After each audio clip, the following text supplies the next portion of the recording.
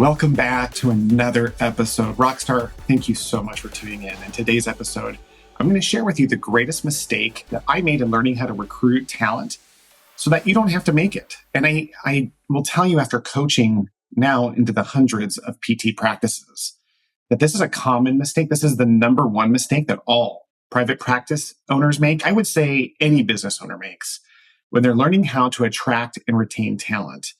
And so to give you a little background on this mistake, I want you to understand my circumstance as a PT owner.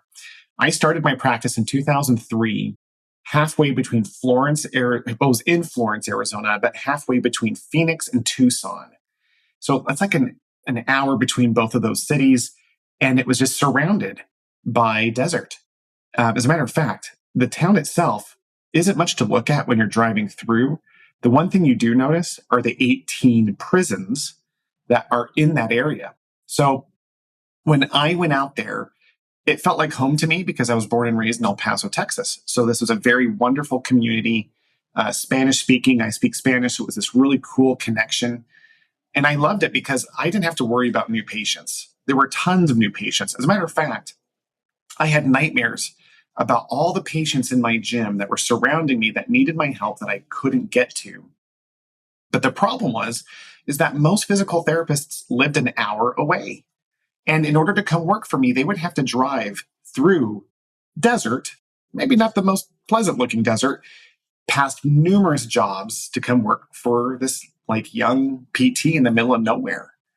And so it was really, really challenging for me to recruit physical therapists in particular, but even any other team member was really challenging. The first person I ever hired, we'll call her Tammy, and she had a resume that had the least number of misspelled words. And so that's why I picked her. And so, as I was hiring, I just remember the desperation. I remember the desperation and the pain because I was treating, honestly, probably 2 to 3 full loads of care compared to today's standards. I was working 7 days a week. I was leaving in the dark, coming home in the dark. And I remember this one time, I share this a lot, but I remember this one time when I was driving home at night and my car alarm wouldn't stop beeping because the passenger seat thought there was a human being sitting in that chair because of the weight of the number of notes I had to do at home that night. There were so many patient charts that it was like the weight of a human being. And for me, this was recruiting. It was really challenging. I didn't know what to do. I mean, no one ever teaches us these things. And so I started hiring coaches. This was my approach. I was going to walk away from my business. I told my wife one day I was done and I was going to walk away. But she recommended that I started hiring these business coaches that she'd heard things about. I don't know how she heard it, but she did. She started recommending that I find business coaches. And that's what changed the game.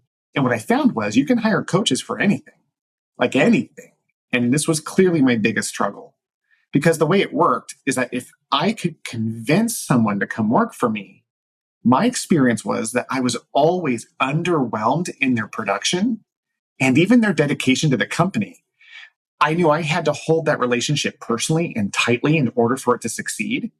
And so I was burning all this extra energy just trying to keep them, right?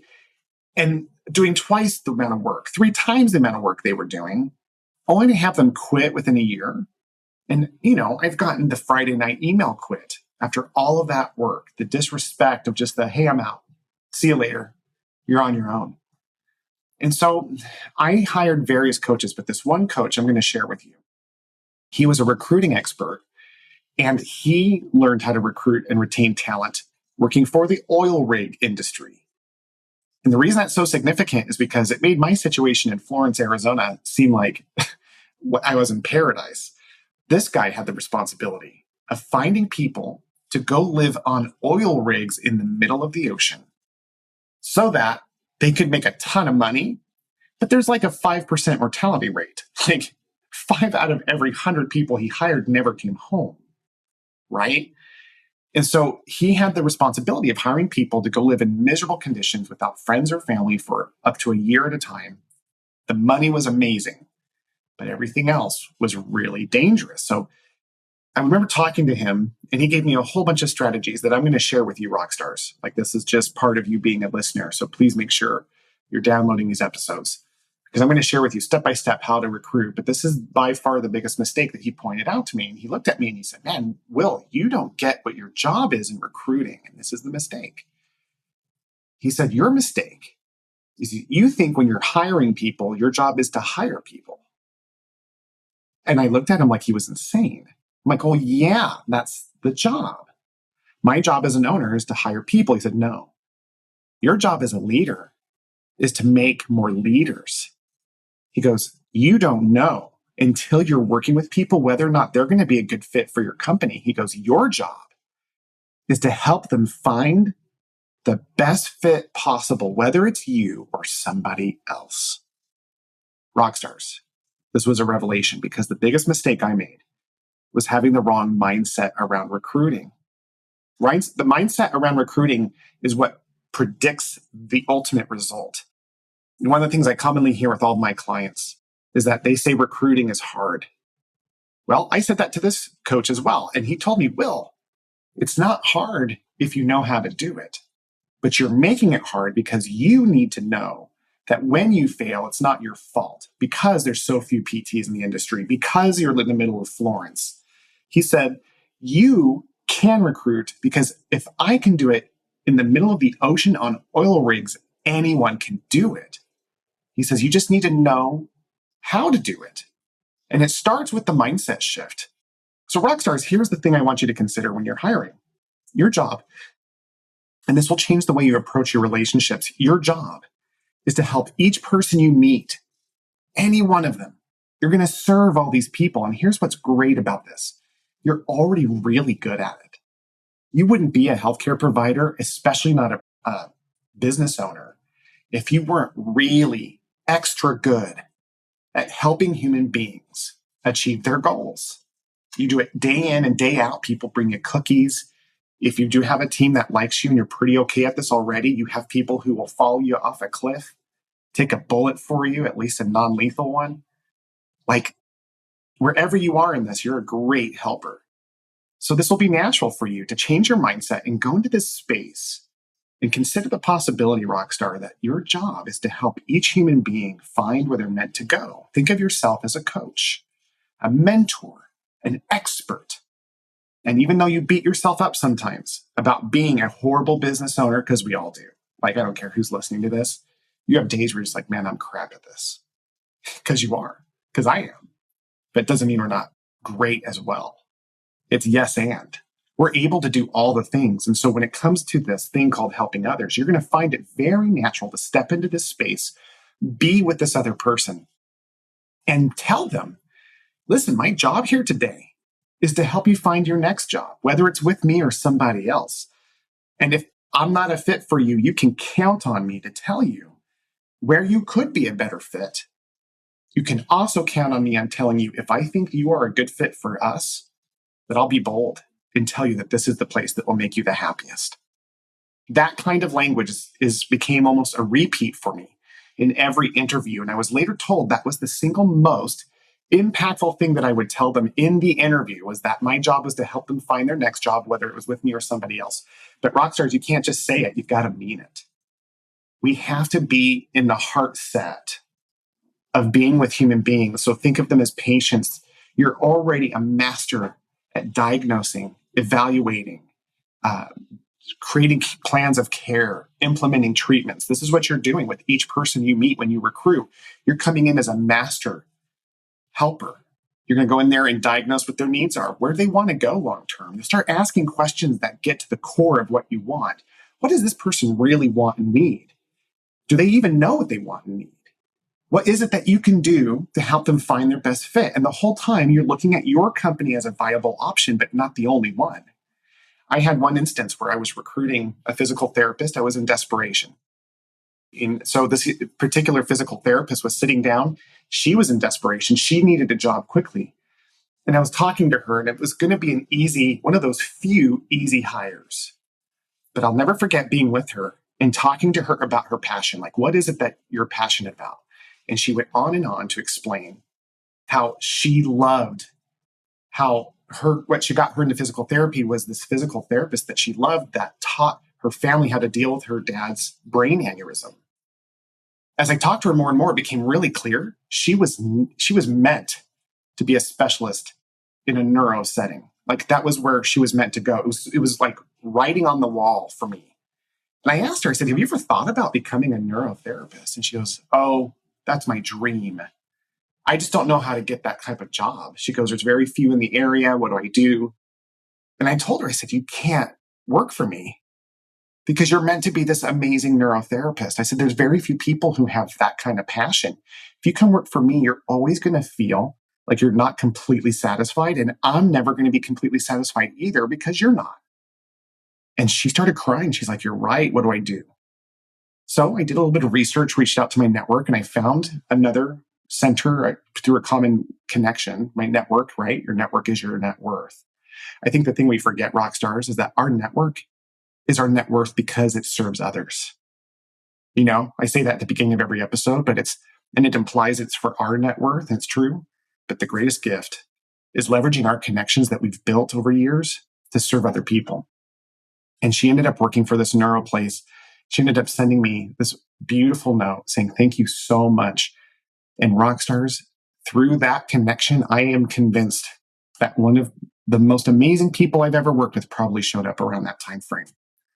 At the end of the day, learning how to be selfless in our recruiting efforts will free us from the scarcity mindset that sets us up for failure. Guys, I have hired people based on the fogged mirror rule, which means if a human being can fog a mirror, I would hire them if they were willing to come drive out to Florence. So that mindset of being a coach is the first step. The second mindset shift I want to encourage you to take is to recognize that you're limiting yourself by saying how hard it is. Change your language. The language is what programs the brain into action. So for us, if we say it's hard and there's too many jobs for PTs and reimbursements are declining, you will never sell. You will never find those hopeful, game-changing PTs that are helping very many PT practices be wildly successful, by the way. So there's evidence that those thought processes have truth to them, but as a complete thought is incorrect. You can be successful, just like other practices, by being the coach and changing the language by saying, yeah, it's currently challenging for me to find PTs, but I'm going to figure it out. And just keep saying that to yourself. Every time you hear yourself say it's hard, no, it's currently challenging, but I'm going to figure it out.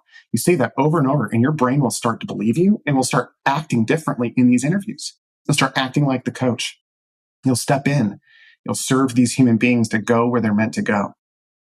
Now, rockstars, listen, I know the majority of you who are struggling in recruiting talent. You have various levels of success.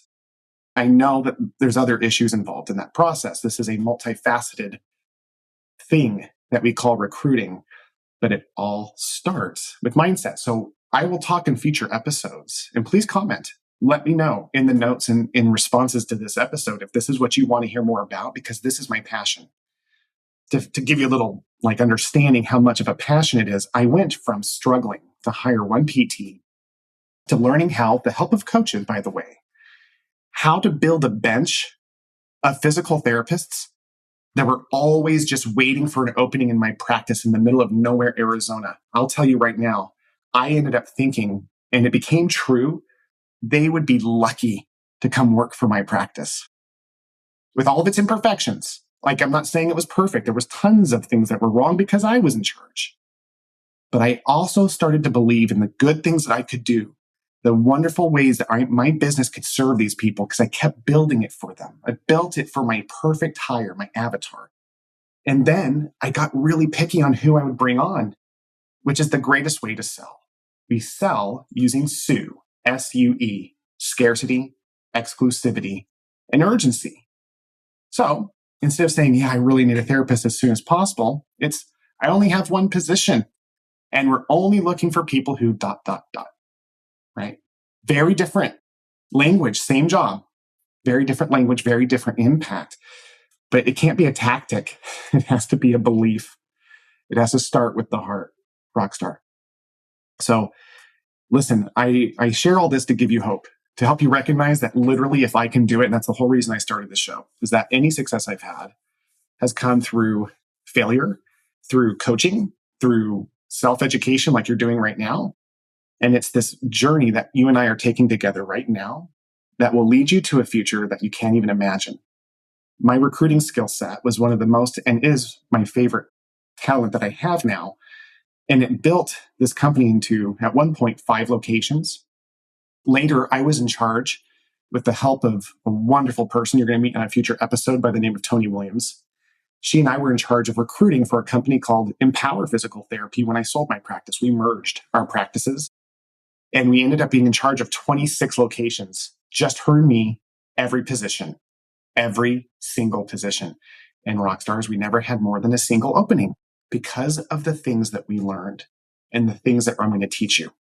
So thank you for listening. I want to get you back to whatever you're doing, but just for this brief moment in time that you're with me, whether you're on a walk, you're driving, you're trying to do other things, just listen to me just for a second.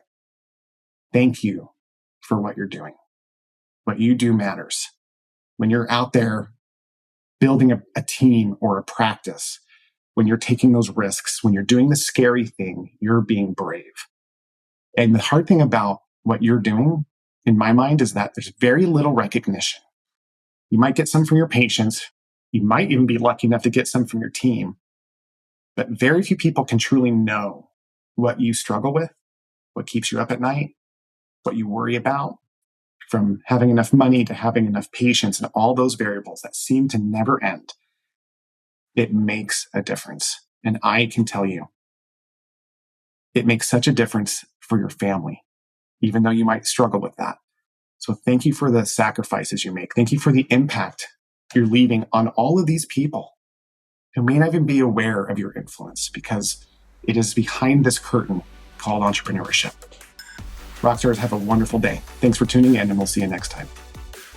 Guys, thank you for taking time to listen to today's episode. If you found today's information to be useful, could you take a minute and help me? I would love it if you could leave a podcast review in your app so that other people who are looking for this information can find it. Plus, my dream is to have the largest network of medical entrepreneurs and leaders in the world so that together we can change healthcare to make it better for all. So in addition, if you can think of anyone that you could send this to, not only would that mean a lot to me personally, but it would build this network so that we can make healthcare the way that we want it.